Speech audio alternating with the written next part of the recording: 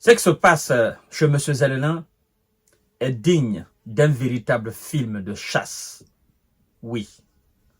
Parce que lorsque des agents qui sont chargés de recruter les gens, de les former, se mettent dans les rues pour chasser les gens, les arrêter, demander leur âge, regarder leur état physique, nous sommes au summum maintenant du désespoir.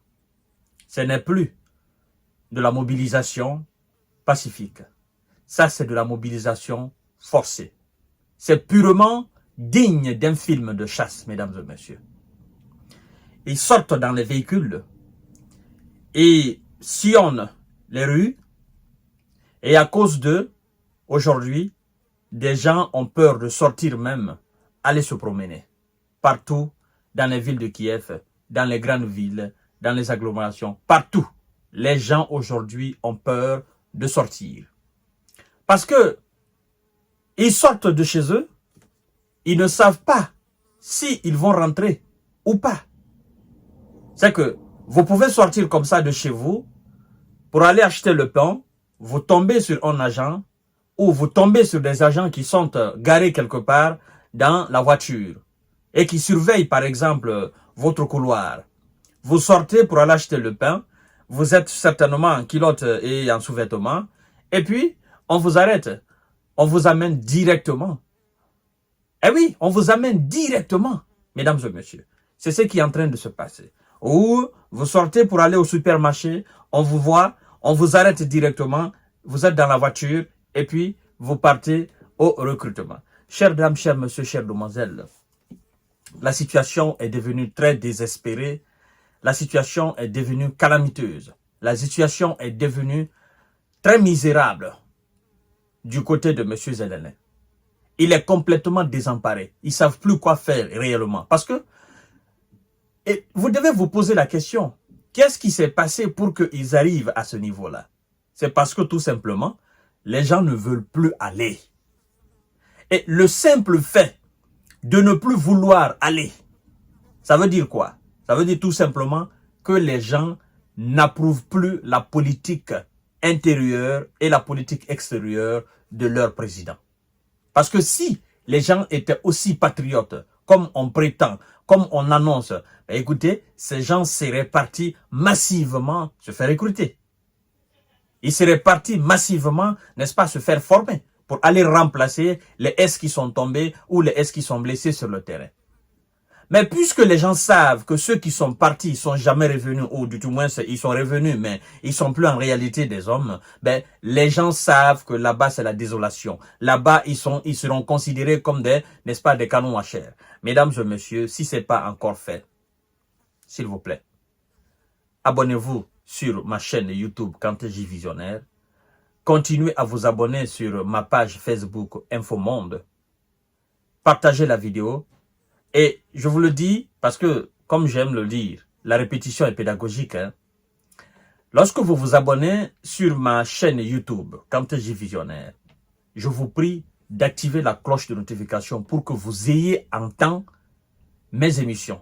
C'est que dès que je poste une émission, vous ayez la notification pour vous dire « Ah, monsieur Kanté J Visionnaire, le vrai, vient de poster une nouvelle vidéo. » Et comme ça, vous cliquez là-dessus directement, vous écoutez l'émission.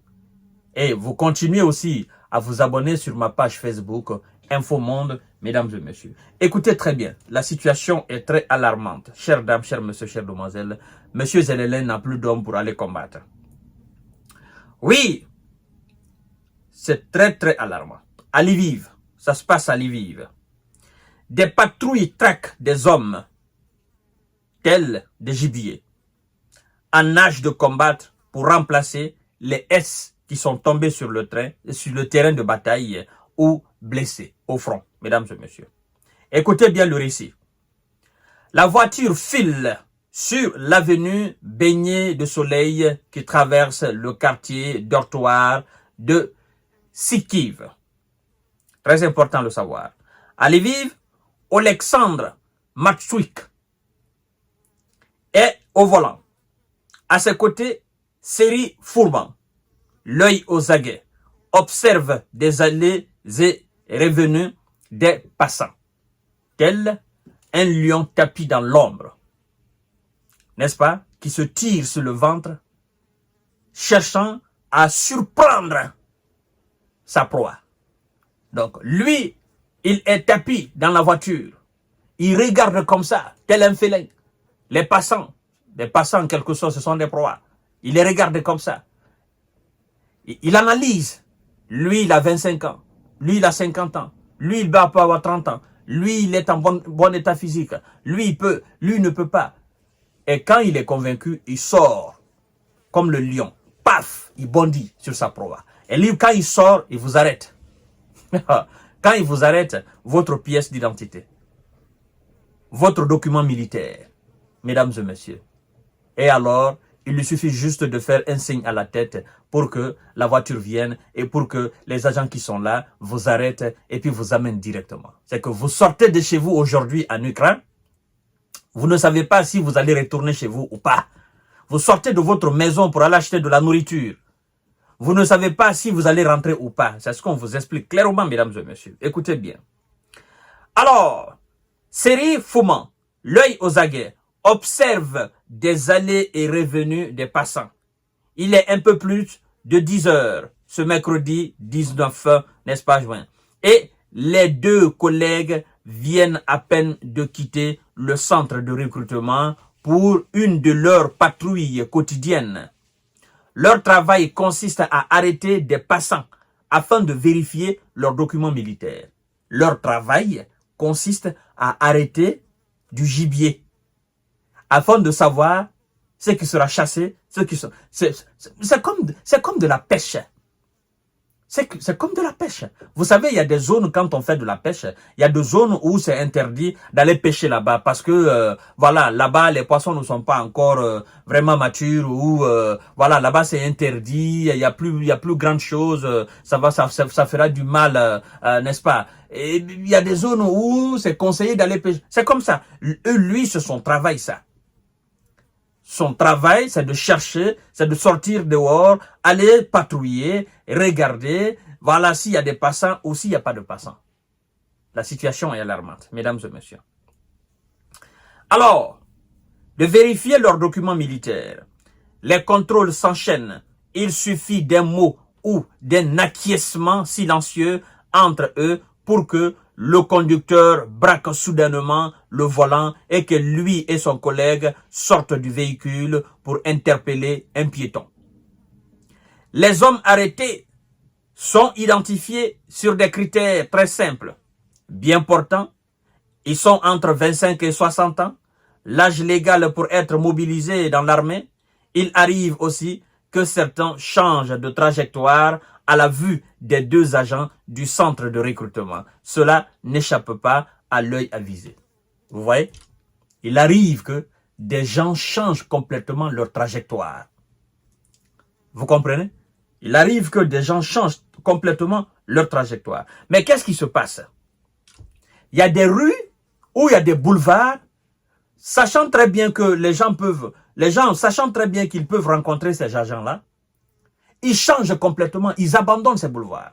C'est comme moi je sors chez moi, je sais que la route qui monte tout droit, la probabilité est très forte que je trouve ces chasseurs-là.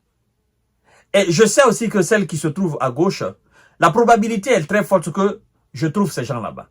Alors, ceux qui sont sur le front, qui font face à l'armée russe, ont la peur dans le ventre. Ceux qui sont dans les grandes villes ont la peur dans le ventre. Ceux qui sont dans les villages ont la peur dans le ventre. Alors, dans un pays où tout le monde a la peur dans le ventre, comment voulez-vous que ces gens-là gagnent contre des troupes très bien équipées, très bien armées et en nombre conséquent?